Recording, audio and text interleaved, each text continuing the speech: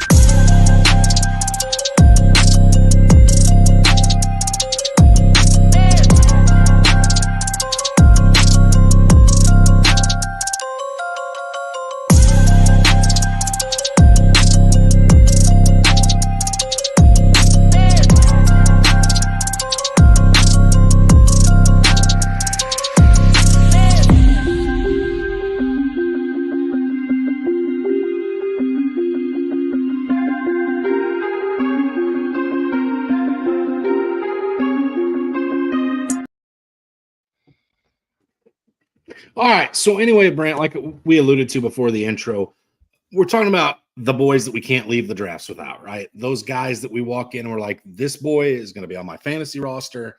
I've got to walk out of here with him. I'm willing to go around earlier than current ADP suggest to make sure I go grab this player.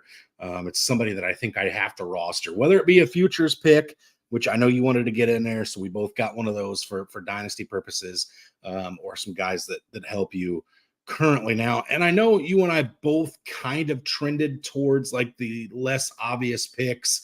Like we weren't sitting up here going, if I have the first overall pick, I want to own, Breece Hall or Bijan Robinson. Those are guys I can't, live without. But I wanted to throw you for a loop on this, Brant, and I think I'm going to here anyway. What is one player that you can't leave a draft with, but you're going to have to pick him in the first 2 rounds to have him?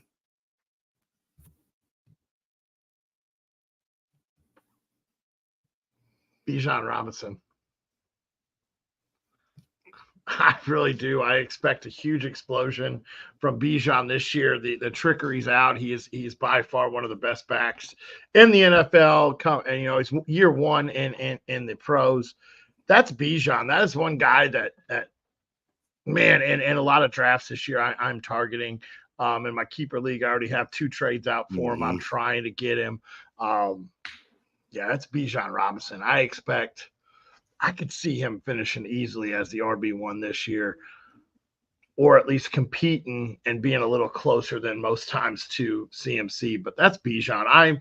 The 101 is obviously in my mind, and most drafts is CMC unless it's a super flex that we're talking. But I think Bijan has to be really up there. That's one guy that I really consider at almost any draft pick in normal drafts.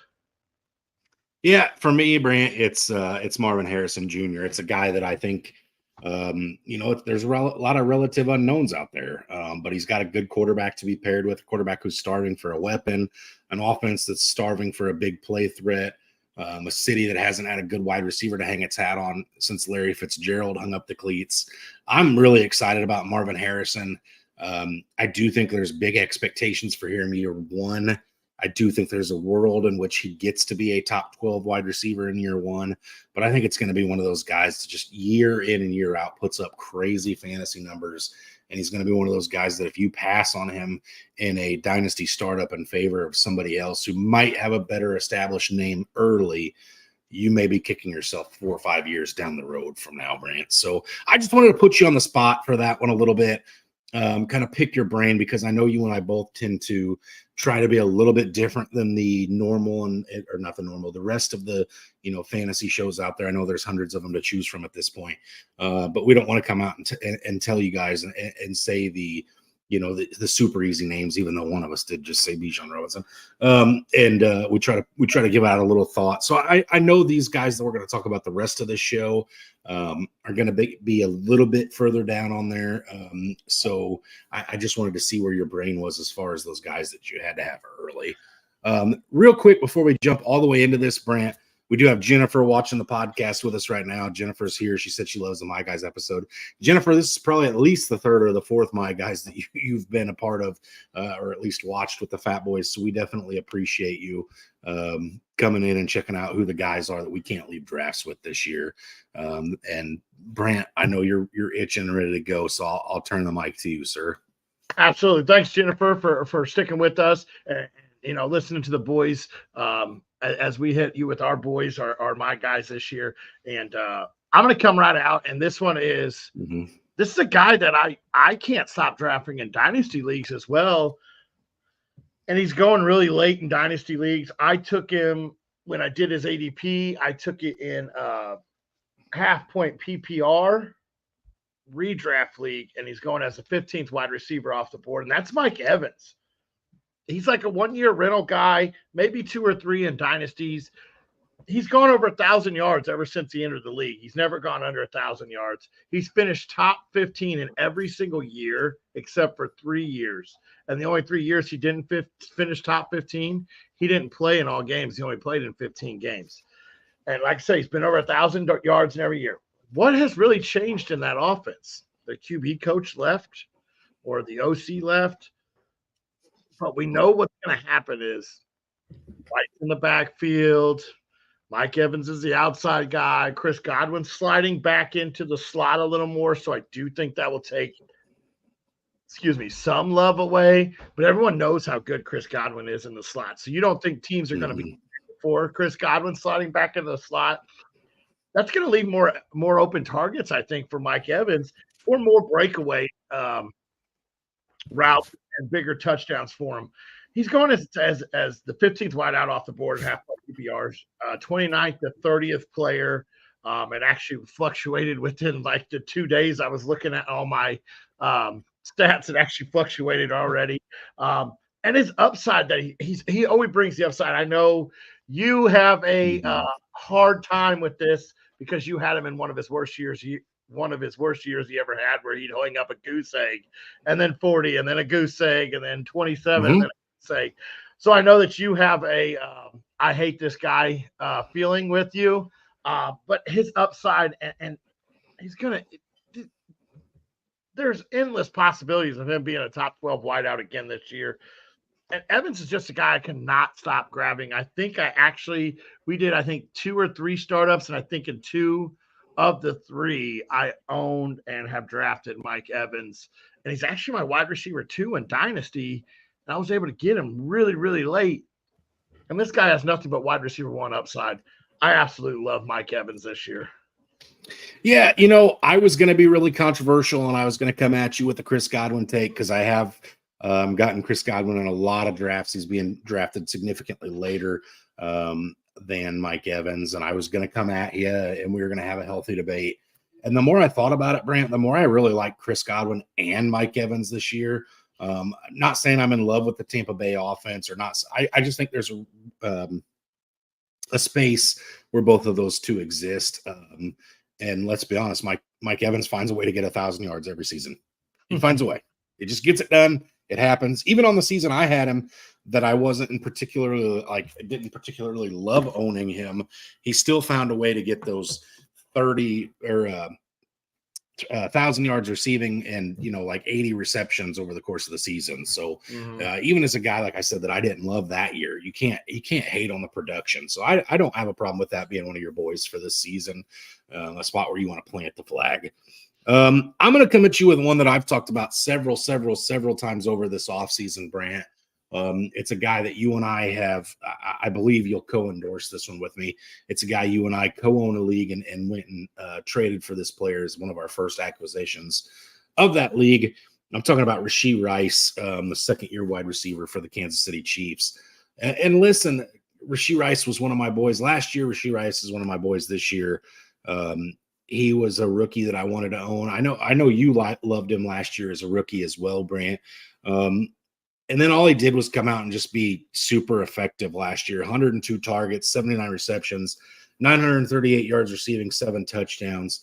In that half-point PPR redraft formula, like you talked about, he's like the 42nd wide receiver off the board, which I think is just absolutely insane because Brant, at the rate the NFL moves, I know it's okay to be scared of the collision that he was a part of, which was very dumb on his end. I don't know what it is about these young wide receivers that want to get behind fast cars and go extremely fast on them, but hopefully we see that stop happening as often as it is. But anyway, we know the league moves at a snail's pace. He's not getting suspended this year, so his value should be extremely high in a redraft. He's already like the target leader every day in training camp coming out of Kansas City, so I'm liking what I'm seeing this offseason. But what I liked even better than that, Brant, is what I saw last postseason from him. And I know most of us don't play fantasy football during the postseason, but Patrick Mahomes wants to win a Super Bowl almost every year he plays, and he's pretty good at doing that, Brant. But if you look at the postseason targets last season for Rashee Rice, he had in the wild card round, he had 12 targets from Patrick Mahomes. In the divisional round, he only had 4 targets, but then the AFC Championship, he bounces back up to 9 targets. And in the Super Bowl, he had 8 targets. This is a guy that Patrick Mahomes has established a ton of rapport with. This is a guy that Patrick Mahomes looks to. And it's not just the postseason. 8 games last season, Brant, he had over 6 targets. And then he had 5 more games with at least 5 targets. So, I mean, you're talking 13 games with at least 5 targets last season. As a rookie, I think that's impressive. I think it only continues to go up. I think the weapons are better this year in Kansas City with Hollywood Brown and Xavier Worthy. I just think Rashee Rice ends up being the number one out of these wideouts. And again, at some point, Travis Kelce is going to take that role in this Kansas City offense that's like your grandpa's Corvette. You only drive it to and from, car shows, and then you put it back in the garage and you put the cover on it so it doesn't get dirty and dusty and dinged up. At some point, Travis Kelce is going to move to that in this offense. Obviously, I'm not saying it's this year. I'm not calling for that with Travis Kelce. But I do think there's a good chance Rashee Rice may lead the entire team in targets this year, Brant. I think 42 for him is just way too low. I think this is a guy, like I said, on the Hot Takes episode, I think there's a good chance he's a wide receiver 1 on the entire season. Yeah, absolutely. Love this take. Love this being one of your boys. You and me did talk. We went straight out. We love that the NFL moves at a snail's pace because it gets everything cheap. Rashee Rice this is the cheapest you're going to get him. Everyone's buying into that Xavier Worthy hype. the Hollywood Brown, if you even remembered, he got traded there. A lot of people don't remember he even signed there. But this is the cheapest you're going to get Rice. And we saw it at the end of the year, how much he produces, how much Patrick Mahomes trusts him. And he's going to trust him going forward because last year they had the most drops in the NFL. But I think Rice only had 3 or 4 total. Yeah, he had a few, not many. He was just shaking off, that transitional rust. Rashee Rice is going to be a guy that's going to be absolutely fun to watch and growing forward. And this is the cheapest you're going to find him. And he's linked to the best quarterback in the NFL for at least the next couple of years. And I called it a few episodes ago where I do think Travis Kelce slows down his role this year. They drafted a new tight end this year. They have Noah Gray. They went out and signed Irv Smith. So they have all those tight ends on the roster. And I really do think that Kelce takes that slow step back, more of a leadership role. Hey, I'm going to get out there and watch this, guys. So I absolutely love this take, and I think Rashee Rice is going to be the future of the Kansas City receiving core. Excuse me. So my next one, this is one of my favorite things to do, is just sitting back and waiting on your second quarterback in a super flex league. And this guy, I think, could easily move up into the top 12 quarterbacks this year. But I took him in the Superflex PPR is where I looked at it. Dynasty Superflex PPR. That's Will Levis in Superflex leagues. You can sit back going as the 175th player off the board in Dynasty Superflex leagues, 24th quarterback and 24th quarterback and 175th player. Levis has all the weapons, all the fun that he could have moving forward with this team. They revamped the offensive line a little bit. They added Ridley and Boyd to the passing core, along with DeAndre Hopkins. You and me went and talked about this earlier today, that we think this could be one of the most underrated wide receiving cores in the NFL. And by the end of the year, you're going, they did have a top 5 wide receiving core there. And then they added Tony Pollard to go with Tajay Spears. Derrick Henry's out of town. This team is on the up and up to balance this offense out more and throw the ball a lot more. And Will Levis is a big body guy. I don't have his metrics with me right now, but you saw it in college at Kentucky, and you saw it last year a little bit. He has the mobility to get out and run a little bit and make plays with his legs. Now, he's not going to go out and rush for 100 yards and 2 touchdowns every single week like Jalen Hurts or anything, but this is a guy that's going to go out and maybe get you 30, 40 yards on the ground plus a first down or 2 and probably put up 300 yards with this huge arm. He finished as a top 24 quarterback in 6 of the 9 games he played last year. And like I said, this is a team that's going to be more balanced. Levis has a big arm. He's got great play-making ability. He could easily move into the top 15 quarterbacks for the future. Now, I'm not saying that this guy's going to be, winning you leagues or anything else. This is a guy that's going to be sitting there late in drafts going, this guy's just sitting here. Let me grab Will Levis. I messed up, and you and me have talked about this. I messed up in one of our startups where I was sitting there. I'm like, yeah, he's coming. And then I look on the board, and I was like, okay, I like this guy better. Let me take him real fast. And then I did it, and I missed out on Will Levis in one of our drafts, and I was devastated, and I went back out and made sure I got him in another one that I had. This is one of my favorite boys for this year and moving forward. I think Will Levis is going to have a great NFL career, and it starts this year there in Tennessee. Yeah, Brant, 6'4", 229 pounds. Thank you. And yeah, you're right. Whether you love Will Levis's ability or not, you have to love that he's thrown it to Calvin Ridley. He's thrown it to Tyler Boyd. He's thrown it to DeAndre Hopkins, Tajay Spears, Tony Pollard, Chigo Okonkwo. The names are there. I mean, they're a little older, but man, some of these guys are still really, really good. This is a good receiving core. It's good pass catchers. And that's leaving Treylon Burks off, who, I know hasn't been anything great yet, but Treylon Burks was a first-round wide receiver who had a very prolific career at University of Arkansas, who still could be something someday in the NFL. It's a great receiving core for Will Levis. So again, like I said, all signs point to him. She should be a top half quarterback. So it'd definitely be interesting to see if he lives up to that potential this year or not, Brant. Absolutely, absolutely. All right, I'm coming at you with a running back here, Brant. I told you I wanted to try to find one that I could get behind, that I could plant my flag in, and I was going to go with the one that I've talked about a lot this offseason, but I'm not. I'm coming at you with a guy I really haven't talked about a whole lot this offseason. And I think the reason why is because I only own him in just a very few spots. So I just don't think I was paying as much of attention to him as I should. But that's Ramondre Stevenson, Brant. He's coming off the board as the 21st running back off the board. 26 years old, 6 foot, 227 pounds.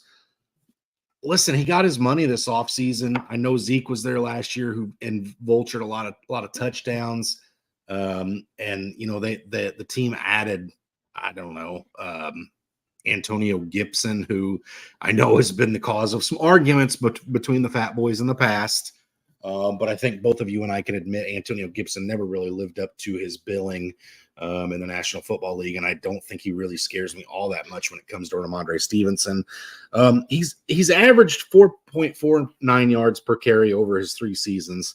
And listen, we'd be lying to ourselves if we said that we didn't think we're ushering in a new era of Patriot football. You know, for the first time in 100 years, Brant, there's no Tom Brady, nor is there any Bill Belichick. So definitely going to be some differences. We don't really know what Gerard Mayo is going to do as far as his play calling, but I do know one thing, whether it's Jacoby Brissett under center or it's the rookie Drake May, or even the rookie Joe Milton, who I think is ultimately very talented as well on that roster. One thing I do know for sure, Brant, is the pass catchers still are very unproven in New England, and I know Ramondre Stevenson could be a workhorse running back for this team. When you talk about playing the Miami Dolphins twice, when you talk about playing the Buffalo Bills twice, when you talk about playing Aaron Rodgers potentially twice, those are all 3 teams that you're going to want to try to slow down, keep the ball out of their hands a little bit. You're going to want to salt the game away a little bit with Ramondre Stevenson. And here's the thing. Last year, Brant, he only played in 12 games, only had 156 carries, 619 yards, 4 touchdowns. The touchdown equity just really wasn't there for him last year. I think his career high in touchdowns is only 5, so he's really not like a super touchdown-dependent guy. But he did have 51 targets, 38 receptions, 238 yards receiving last year. He's a do-it-all back, okay? So it's not like Antonio Gibson's going to come in there and steal all the passing game work. It's just not going to happen that way. Here's what I thought was interesting as I was diving a little bit deeper on Ramondre Stevenson, Brant. 7 out of the 9 games in which he had over 60%. So in other words, if he's got 60% of the snaps or better, 7 times that he did that, it resulted in RB 20 or better finishes. And 3 of those weeks being RB 7 or better. So he still had a really good season last year. It's just he missed a good chunk of time. I think if you add those 4 games back into it, you're talking about him being a top 20 running back pretty easily on the season last year, even with Zeke, who I think is still a bigger threat to fantasy value at this point in his career versus Gibson, just because of the touchdown vultures. I wouldn't be surprised at all to see double-digit touchdowns for Ramondre Stevenson this year, just because I think that offense is going to be so down. And I think you're going to see them try to keep, Ramondre Stevenson on the field as a safety blanket for Drake May when he ultimately does take over this team, and whether that's week 1 or week 10. And then I think ultimately for Jacoby Brissett out there as well. Just because, like I said, that the lack of weapons on that team with Demario Douglas and Tyquan Thornton and Javon Baker and Jalen Polk and Juju Smith. I mean, none of those guys are wide receiver 1s, Brant. They're just not. I mean, maybe one of them comes out and proves that, that they are later this season, but right now I can't say any of those guys are those things. And so I think that's why there's so much value for Ramondre Stevenson for me. And again, up until tonight, I don't know that I really felt this way about him, but I sat down and I really was like, I want to look at one of these running backs. I want to look at one that I have a little bit of share in. And it was like, man, how did I not even consider this prior to tonight? Yeah, absolutely. This is the team that's going to be trailing a lot this year. And so the pass catcher will be there. He's the best pass blocking back they have, so they're going to want to keep him on the field. Not to mention, like you said, everyone in the division, what are you going to do? you may see them run the ball 70% of the time, just trying to keep the ball out of people's hands. And this is a guy, he's Derrick Henry-esque. He touches the ball and he's going to fall forward for a yard or two. He's going to move the ball a little bit, if not, a lot. So this is a guy that they're going to constantly want to feed. And 20, 25 touches a game for him is not out of the realm. This is an absolutely great guy to go out and grab. And where did you say he was being drafted out? He's the 21st running back off the board. 80.2 is his ADP. Yeah, and I don't see why he doesn't finish inside running back, inside the top 20 of running backs this year. So this is an absolute steal in drafts. Mm-hmm. All right. So here we go. We're going to talk about our future boys here. My future boy is little yin and yang for what I got with you last week. I gave you a boom last week and one of the players that he has to beat out. And I'm reading a lot into him. And he may already start beating him out already. And that is Tyron Tracy, the 24-year-old running back out of Purdue, transferred from wide receiver. I feel like you and me have argued and talked about a guy that transferred from wide receiver to running back that you may have just mentioned in the last boy you were talking about there. We did. We had arguments with Antonio Gibson, who was in the same boat when he came out of college. But Tracy came out, and he already has great route running ability. He already has good hands. And he only has to beat out Devin Singletary. And I know I said Devin Singletary could be a boom this year, and I still believe that he can. Tyron Tracy's already talking about in camp taking over third down, pass catching back rolls. This guy has great hands. I didn't realize how big he really was. He's 5'11", 210 pounds. Like, he's able to shoulder quite a bit of a load there for running backs. Mm-hmm. And like I said, he's already seeing time. He's already seen time as a third down pass back. He should be able to handle a pretty good workload. He's going as the 190th player off the board in dynasty startup leagues. 190th. This is a late, 19th, 18th, 19th dart throw. He could end up as an RB1 on a team that is just looking for an RB1. And Singletary's already been beat out by a rookie a few years ago, if you think about it. Going late in the draft, this could be the future in New York. They're already looking at the young receivers there with Malik Neighbors. They may want to see what they have in this Tracy just to see if, hey, we can bypass getting a new running back. We have this young guy under contract. He's been a backup for the last couple of years, so we don't have to pay him a whole lot. Tyron Tracy's a guy that I'm definitely keeping my eye on. We finished up a draft earlier, and that was the first message I sent out. I go, let's talk about Tracy. Unfortunately, the guy that took Tracy was also the one that took Singletary, so talks ended up going poof, gone, because I wanted Tracy, and he didn't want to give up his handcuff. But this is a guy that could easily take over this backfield a lot sooner rather than later.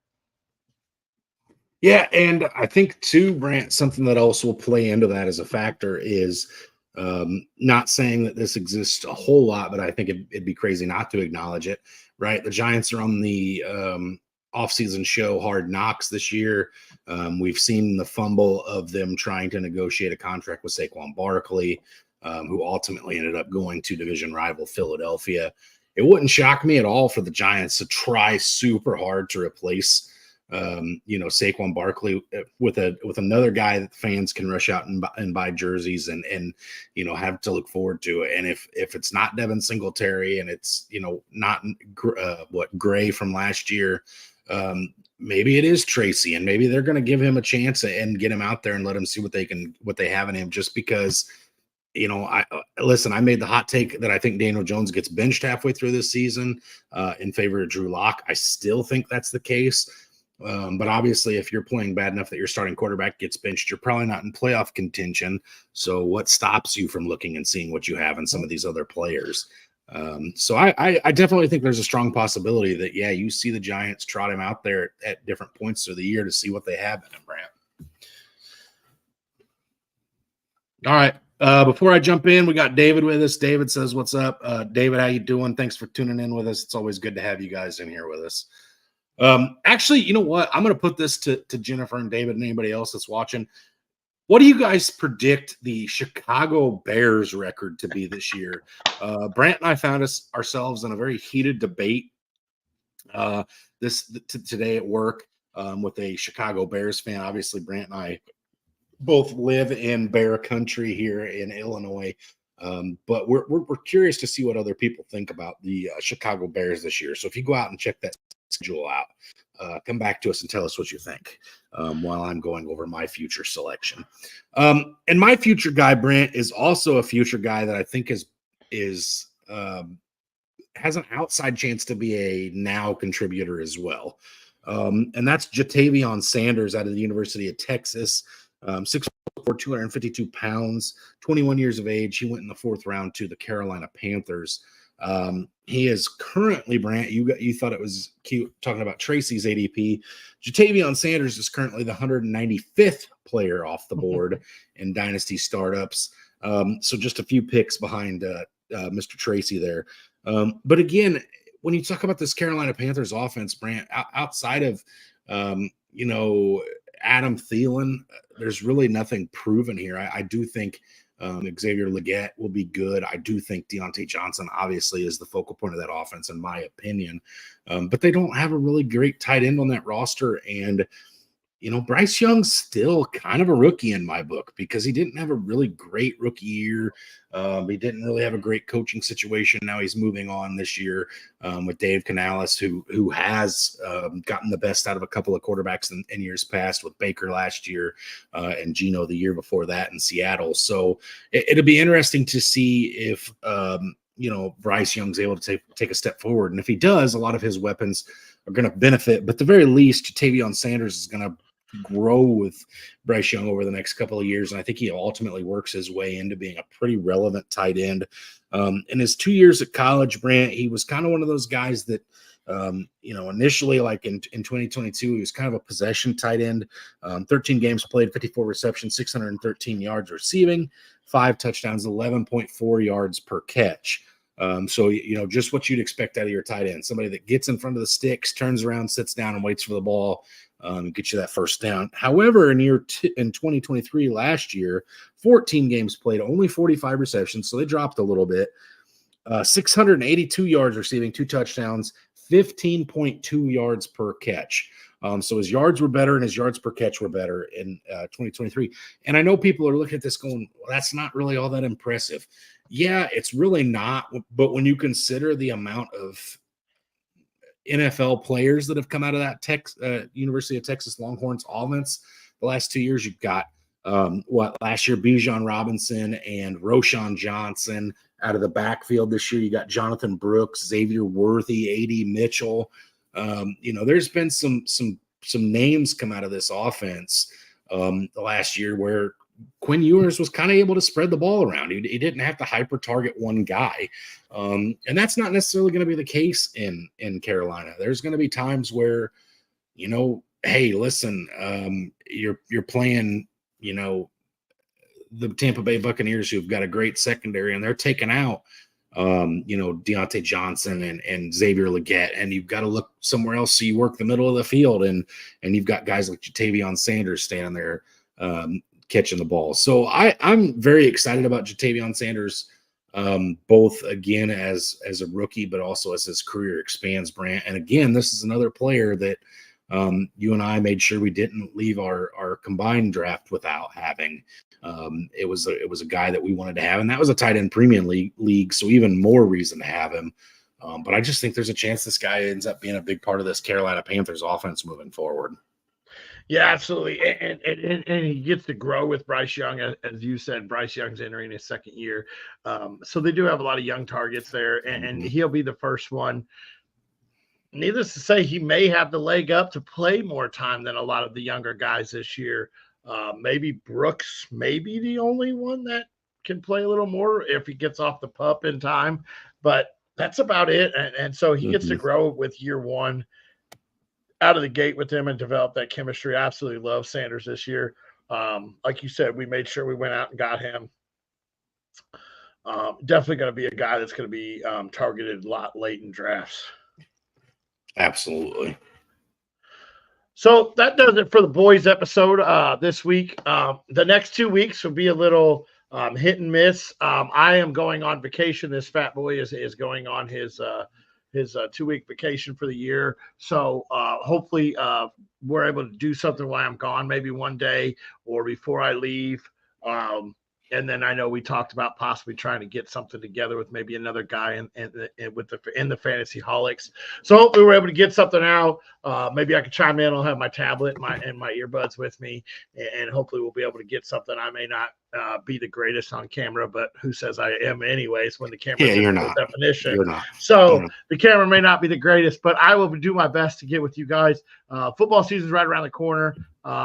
43 days, Brant. 43 days until the Thursday night kickoff. But who's counting? Everybody is counting. Everybody is counting. I've got the Seahawks page up on the Facebook that takes players' numbers, and I haven't looked today, and they'll be like, "Oh, this many days." So everybody is counting. It's that time of year. It's coming.